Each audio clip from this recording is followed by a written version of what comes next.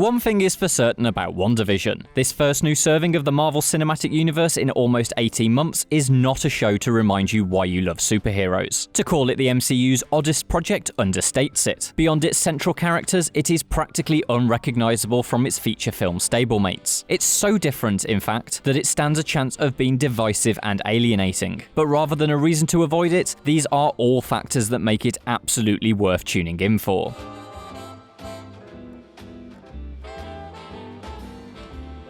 So, what exactly is so odd about WandaVision? Well, it's a half-hour family sitcom where the suburban protagonists are a witch and a synthetic man who we previously believed to be dead. And, at least for the first 3 episodes I've been able to watch ahead of the show's Disney Plus debut on January 15th, WandaVision is remarkably dedicated to this format. The majority of each episode's runtime is near enough pure sitcom, devoid of any supervillains, infinity gauntlets, or heroic punch-ups. If you were expecting anything akin to the storylines of the MCU movies, or even the adjacent Netflix shows, then you'd best adjust your expectations. Like the classic US sitcoms that influence it, each episode of WandaVision revolves around a central situation that provides the jokes. These are all domestic. Vision needs to impress his boss, Wanda must cook an elaborate meal, the two try to wow the neighbours in a talent show. While jokes are often augmented by the character's fantastical nature, such as Wanda levitating cooking utensils and Vision being able to phase through items, there are just as many lines that are straight up standard sitcom in nature. It makes for a very different, frankly less Whedon-esque approach to comedy than the MCU has tackled before. Only your lovely rose bushes. That's all? Are you using your night vision?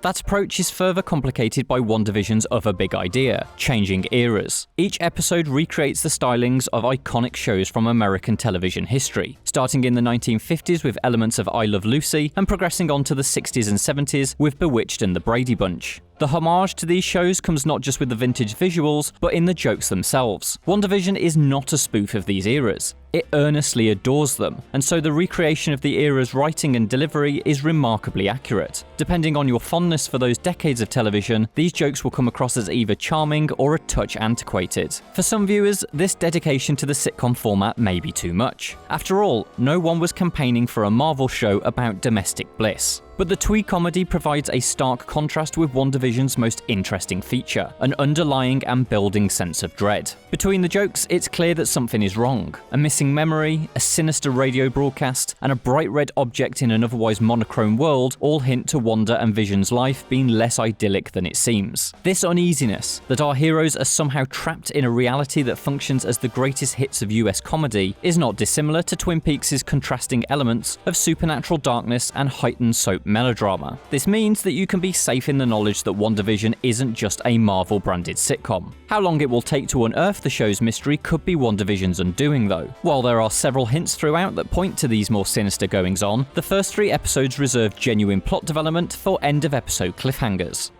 Damn it, why? Oh, Arthur, stop it! Stop it! Stop it! Stop it!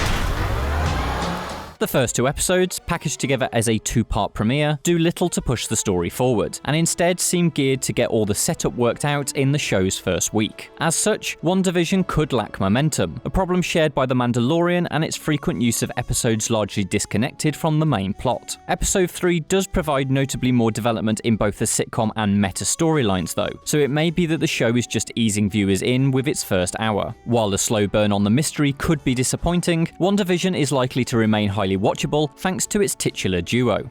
Elizabeth Olsen and Paul Bettany are an absolute joy and effortlessly emulate the performance styles of yesteryear. Olsen is particularly fantastic when it comes to delivery. Her lines are perfectly enunciated, as was demanded of actors of the time, and her physical composure is a dead ringer for the likes of Lucille Ball, Elizabeth Montgomery, and Mary Tyler Moore. Bettany arguably gets the more laugh-out-loud lines. There's a particularly great one about chewing gum, but the show feels as if it belongs to the both of them equally. And considering the material here is in direct opposition to their traumatic, reflective movie performances, it's quite incredible as to how naturally the two have taken to it. And while the first 3 episodes have done little of note with the supporting cast, it's already clear that Catherine Hahn's intense neighbour Agnes is destined to be a continual chattering delight. With all these elements combined, WandaVision makes quite an entrance. While right now it can't claim the oddball crown from Marvel's strangest project, hello Legion, we've not forgotten about you, it is nonetheless a surprising and refreshing move from the distinctly mainstream MCU. MCU. And while the sitcom design may mean it's not a show that reminds you why you love superheroes, at least up front, it most certainly is a show to remind you why you love comic book stories. In print, Marvel's best plots are those that reach beyond the genre staples and buck formulaic trends. WandaVision definitively states that the MCU is ready to do this too. And, for me at least, that's the most exciting promise the first entry of Phase 4 could make.